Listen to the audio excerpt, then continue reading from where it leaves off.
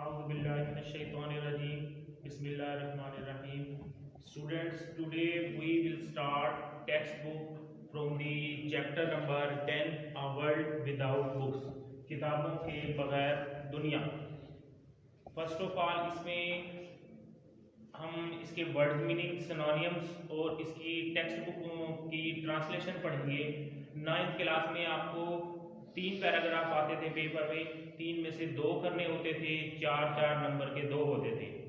लेकिन अब 10th class में आपके 2 पैराग्राफ आएंगे और उन 2 में से 1 करना होगा, जो कि वो 1 ही 8 नंबर का होगा. तो 8 नंबर की ट्रांसलेशन यहाँ से आपकी कवर होती है. और इसके अलावा जो 5 नंबर के कुछ वर्ड सिनोनिम्स हैं जो आपके MCQs में आएंगे, तो वो 5 नंबर के वो यहाँ से क्लियर होते हैं आपके. तो 13 नंबर के लिए जो है हम टेक्स्ट बुक में से रीडिंग और ट्रांसलेशन पढ़ेंगे, ट्रांसलेशन और क्वेश्चन आंसर पढ़ेंगे. तो first of all word meaning देखते हैं. फर्स्ट वर्ड लिखा हुआ है रिकाउंट. रिकाउंट कहते हैं नरेट करना, बयान करना.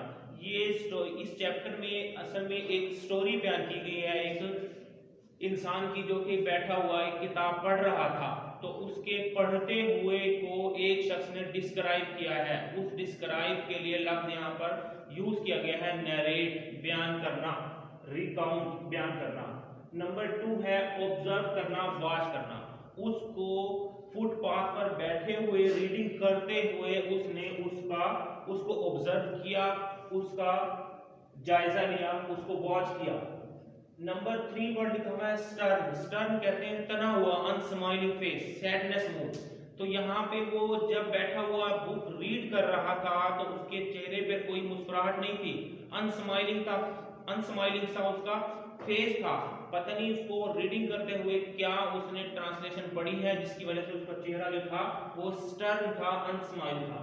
नंबर 4 लफ्ज लिखा हुआ है कंसंट्रेशन, फोकस. उसका फोकस उसी चैप्टर की इतनी डीपली स्टडी कर रहा था कि उसका फोकस उसी रीडिंग पर था. नेक्स्ट है ट्रेसिंग, फॉलोइंग. ट्रेसिंग मींस उसकी उंगली उन लाइंस के ऊपर, चैप्टर की जो वो रीडिंग कर रहा था उसके ऊपर ट्रेस करती जा रही थी उसकी उंगली, जो लाइन वो उसने आगे पढ़नी होती थी. उसके लिए लफ्ज यूज किया हुआ है ट्रेस करना. ट्रेस कर रहा था, फॉलो कर रहा था. एट टाइम्स, वक्त के साथ साथ जैसे जैसे वो पढ़ता गया. एक्सप्रेशन, उसके जो एक्सप्रेशन थे, अपीयरेंस जाहिर, एक्सप्रेशन जाहिर होना, अपीयरेंस जाहिर होना, उसकी रंगत, जो एक्सप्रेशन उसकी रंगत जाहिर हो रही थी जैसे जैसे वो लाइन पढ़ता जा रहा था. किसी लाइन को पढ़ने के बाद उसके एक्सप्रेशन कुछ और हो जाते थे, किसी लाइन को पढ़ने के बाद उसके एक्सप्रेशन कुछ और हो जाते थे. उसके लिए लफ्ज एक्सप्रेशन यूज किया गया हुआ है. नेक्स्ट है डिस्टर्ब्ड, अपसेट. किसी लाइन को पढ़ते हुए डिस्टर्ब हो जाता था वो. फ्रस्ट्रेशन, किसी लाइन को पढ़कर वो फ्रस्ट्रेट हो जाता था, मायूस हो जाता था, डिसअपॉइंट हो जाता था. बीमिंग कहते हैं मुस्कुराहट, स्माइलिंग. एकदम से उसने पता नहीं कौन सी लाइन पढ़ी जिसकी वजह से उसका चेहरा जो था एकदम से बीमिंग, मुस्कुरा उठा. पता नहीं कौन सी उसको ऐसी लाइन पढ़ी या उसको क्या उस रीडिंग में मिला है उसको जिसकी वजह से उसने आसमान की तरफ देखा और उसके चेहरे पर मुस्कुराहट थी. उस मुस्कुराहट के लिए लफ्ज यहाँ पर बीमिंग यूज किया गया है, स्माइलिंग. नेक्स्ट पेज पर आ गए. इसके बाद यहाँ पर लफ्ज यूज किया है रिविलेशन, अवेयरनेस. उस लाइन में उसको कोई अवेयरनेस मिली थी, रिविलेशन उसको मिली थी जिसकी वजह से उसका चेहरा एकदम से खुशी में तब्दील हो गया था, मायूसी से खुशी में तब्दील हो गया था. नेक्स्ट है लफ्ज डिलाइट. डिलाइट कहते हैं प्लेयर को, खुशी को, जिससे उसको डिलाइट मिली थी, खुशी मिली थी. पोसेशन कहते हैं लफ्ज पोजेसिव नाउन से है, किसी चीज पर काबिज होना, मलकियत होना. कोई उसको ऐसी लाइन मिल गई थी जिस पर वो पोसेस था जिसकी वजह से उसको खुशी हुई थी. डिलीशियसली कहते हैं डिलाइटफुली, मजेदार, टेस्टी. वो लाइन उसको बहुत डिलीशियसली उसको खुशी दे गई थी. नेक्स्ट है प्राइवेट, पर्सनल. प्राइवेटली तौर पे, पर्सनली तौर पे वो हैप्पीनेस जो है फील कर रहा था. Connection, relate. कनेक्शन कहते हैं उस रीडिंग में जो वो पढ़ रहा था उसका कनेक्शन जो था, उस रीडिंग जो वो पढ़ रहा था उसके राइटर के साथ उसका कनेक्शन हो गया था उस लाइन की पढ़ने की वजह से. डिस्क्राइब कहते हैं नरेटेड, तो इसको उसमें डिस्क्राइब किया गया है, उसको नरेट किया गया है. पैराग्राफ नंबर 2 में आ गए फ्रीक्वेंटली, फ्रीक्वेशन. नंबर 2 में लिखा हुआ है फ्रीक्वेंट, क्वेश्चन का जिक्र किया गया है. Frequently, often.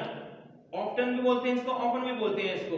तो एक क्वेश्चन पूछा जाता है, बच्चों के माइंड में आता है कि जो कि बेहुदा सवाल बोला जाता है कि किताबों के बगैर दुनिया क्या होगी, तो इसके लिए एक लफ्ज यूज किया गया फ्रीक्वेंट।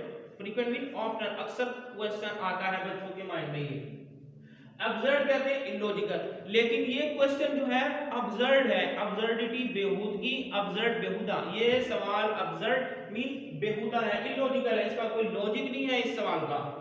डिप्रेसिंग कहते हैं मायूस को, सैड को, तो वो डिप्रेस हो गया था। नेक्स्ट है लेटेस्ट, लेटेस्ट कहते हैं लेटेस्ट टेक्नोलॉजीज, जैसे कि आजकल न्यू एक से एक टेक्नोलॉजीज आ रही हैं, और इस किताब में मेंशन भी है कि एक वक्त आएगा कि किताबों की जगह जो है रेडियो ले लेगा, तो उसके लिए लेटेस्ट टेक्नोलॉजी, करंट या मॉडर्न यूज किया गया है। सिग्नल कहते हैं इशारे को, इंडिकेट करना, इंडिकेशन, ये इशारा इसी तरफ दिया गया है कि वाकई वही टेक्नोलॉजी आ रही है और वाकई अब वो दौर पीछे होता जा रहा है, यही डेंजर बनता जा रहा है। डिमाइस कहते हैं खात्मा, वफात को भी कहते हैं डिमाइस हो गया, डेथ को भी कहते हैं, लेकिन यहाँ पर इसका जो लफ्ज है वो एंड है, डिमाइस।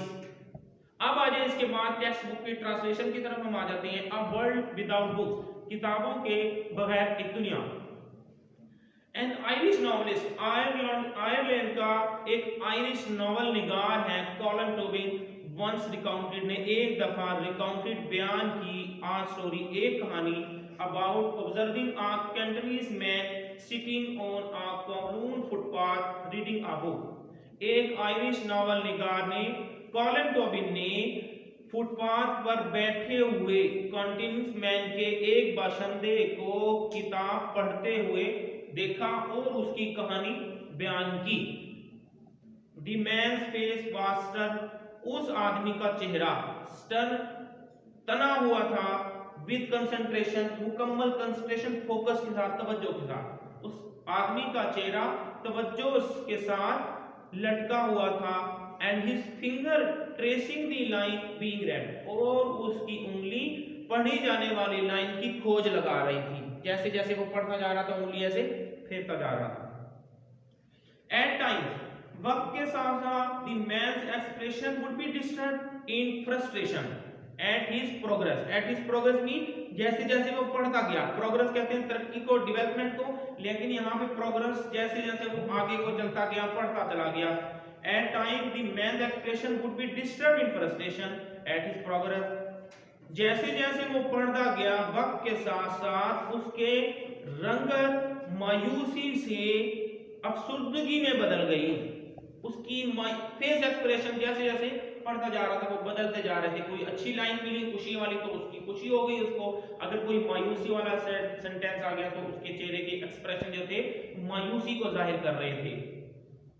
फाइनली, आखिरकार, the reader looked up at the sky, उस पढ़ने वाले, रीडर कहते हैं कारी को जो पढ़ रहा होता है, पढ़ने वाले ने looked up at the sky, आसमान की तरफ ऊपर देखा, while his face was beaming, जबकि उसका चेहरा स्माइलिंग, बीमिंग कहते हैं स्माइलिंग को, उसके चेहरे पर मुस्कुराहट थी। जबकि उसने आसमान की तरफ देखा तो उसके चेहरे पर मुस्कुराहट थी। इट डजंट मैटर, ये इसमें कोई बात नहीं है कि whether it was because of his sudden joy with the act of reading, कि आया कि ये उसके पढ़ने के अमल की वजह से उसको अचानक खुशी मिली, और revelation from what was written, या कि उस पे क्या लिखा हुआ है वो उस पे जाहिर हुआ, और delight at how the story resolve, या उसको खुशी मिली कि कहानी का नतीजा हल क्या निकला जिसकी वजह से उसको खुशी मिली, कुछ नहीं पता।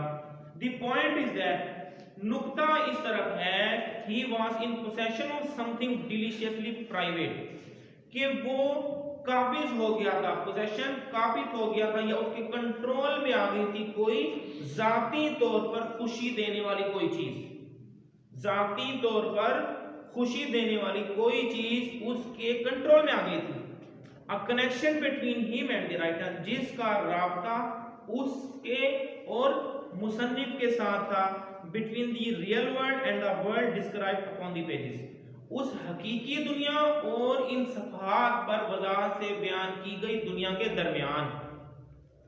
पैराग्राफ नंबर 2 की तरफ आ जाएं। There is frequently asked question, अक्सर एक सवाल पूछा जाता है, what would the world be like without books, कि किताबों के बगैर दुनिया क्या होगी। तो the very question is absurd and depressing. तो ये सवाल एक मायूस कुन और बेहुदा है। अब्सर्ड कहते हैं बेहुदा को, इलॉजिकल को। ये सवाल मायूस कुन और बेहुदा है।